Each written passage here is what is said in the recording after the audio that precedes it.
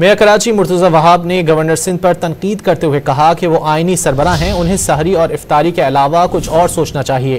کراچی میں تقریب سے خطاب میں میئر کراچی نے طنز کیا کہ گورنر سندھ 100 ارب روپے بھی لا رہے ہیں، شاید راستے میں ہیں پیسے۔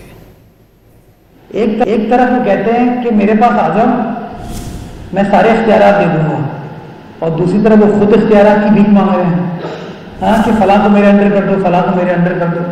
تو یار اگر وہ آئینی سربراہ ہیں، میں تو یہی کہتا ہوں نا، آئینی سربراہ کو سحری افطار کے علاوہ کچھ اور سوچنا چاہیے۔ گورنر صاحب بھی ماشاءاللہ 100 ارب روپے لا کے دے رہے ہیں، اور راستے میں میرے خیال میں پیسے ہو۔ کامران بھائی، آپ کو میری بات اگر ناگوار گزرتی ہے تو I am sorry, but the clock is taking. آج کیا 9واں-10واں دن ہو گیا ہے، تو میرے خیال میں آج کل تو وہ کیا ہوتا ہے، منی ٹرانسفر تو فوراً ہو جاتا ہے، 24 گھنٹے میں پیسے ٹرانسفر ہو جائیں گے۔